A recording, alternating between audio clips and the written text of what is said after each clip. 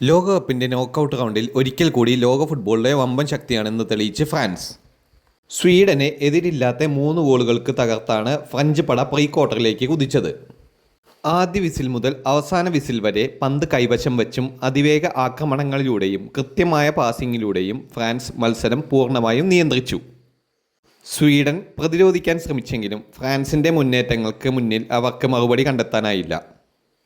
മത്സരത്തിൻ്റെ തുടക്കത്തിൽ തന്നെ ഫ്രാൻസ് ആക്രമണ ഫുട്ബോളാണ് പുറത്തെടുത്ത്. മധ്യനിരയിൽ നിന്ന് മനോഹരമായ ബിൽഡപ്പുകൾ, വിങ്ങുകളിലൂടെ വേഗതയേറിയ മുന്നേറ്റങ്ങൾ, ബോക്സിനുള്ളിലെ കൃത്യമായ നീക്കങ്ങൾ, ഇവയെല്ലാം സ്വീഡനെ സമ്മർദ്ദത്തിലാക്കി.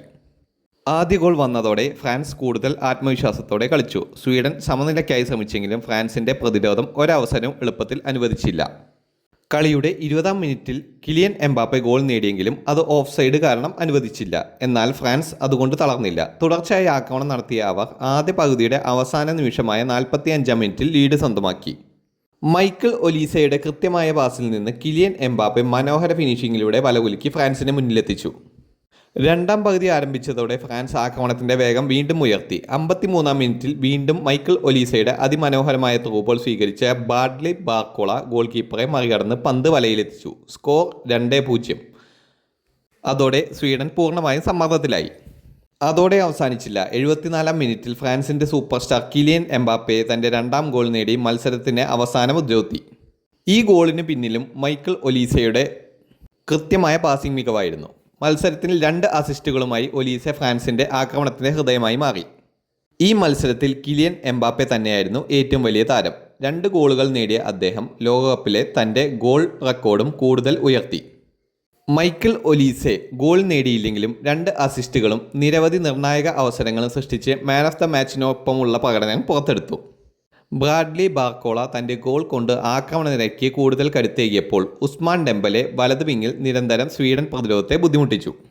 മധ്യനിരയിൽ ഒറേലിയൻ ഷുമേനിയും എഡ്വാർഡോ കാമവിംഗയും കളിയുടെ നിയന്ത്രണം കൈവിട്ടില്ല. പ്രതിരോധത്തിൽ വില്യം സലീബയും ഇബ്രാഹിമ കോനാട്ടയും അലക്സാണ്ടർ ഇസഹാക്കിനെയും വിക്ടർ ഗ്യോക്കെരസിനെയും ഫലപ്രദമായി പൂട്ടിയിട്ടു.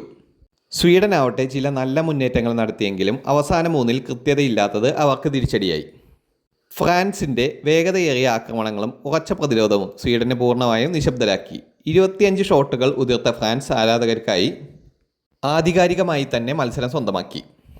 ഈ വിജയത്തോടുകൂടി ഫ്രാൻസ് പ്രീ ക്വാർട്ടറിലേക്ക് മുന്നേറി. ഇനി അവരുടെ എതിരാളി പരാഗ്വേയാണ്. ജർമ്മനിയെ പെനാൽറ്റി ഷൂട്ടൗട്ടിൽ പുറത്താക്കിയ ആത്മവിശ്വാസവുമായാണ് പരാഗ്വേ എത്തുന്നത്.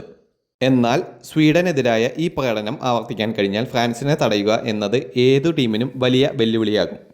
അവസാനമായി പറയുകയാണെങ്കിൽ ലോകകപ്പിൽ ചാമ്പ്യന്മാർ ചെയ്യുന്ന കാര്യമാണ് ഫ്രാൻസ് വീണ്ടും കാണിച്ചിരിക്കുന്നത്. ഇനി പരാഗ്വേക്കെതിരായ പോരാട്ടം.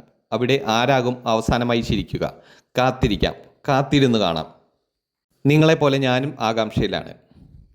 കൂടുതൽ ഫുട്ബോൾ വാർത്തകൾക്കും വിശേഷങ്ങൾക്കുമായി ഈ ചാനൽ ഇപ്പോൾ തന്നെ സബ്സ്ക്രൈബ് ചെയ്യുക. നിങ്ങളുടെ അഭിപ്രായങ്ങളും നിർദ്ദേശങ്ങളും കമൻറ്റായി രേഖപ്പെടുത്തുക.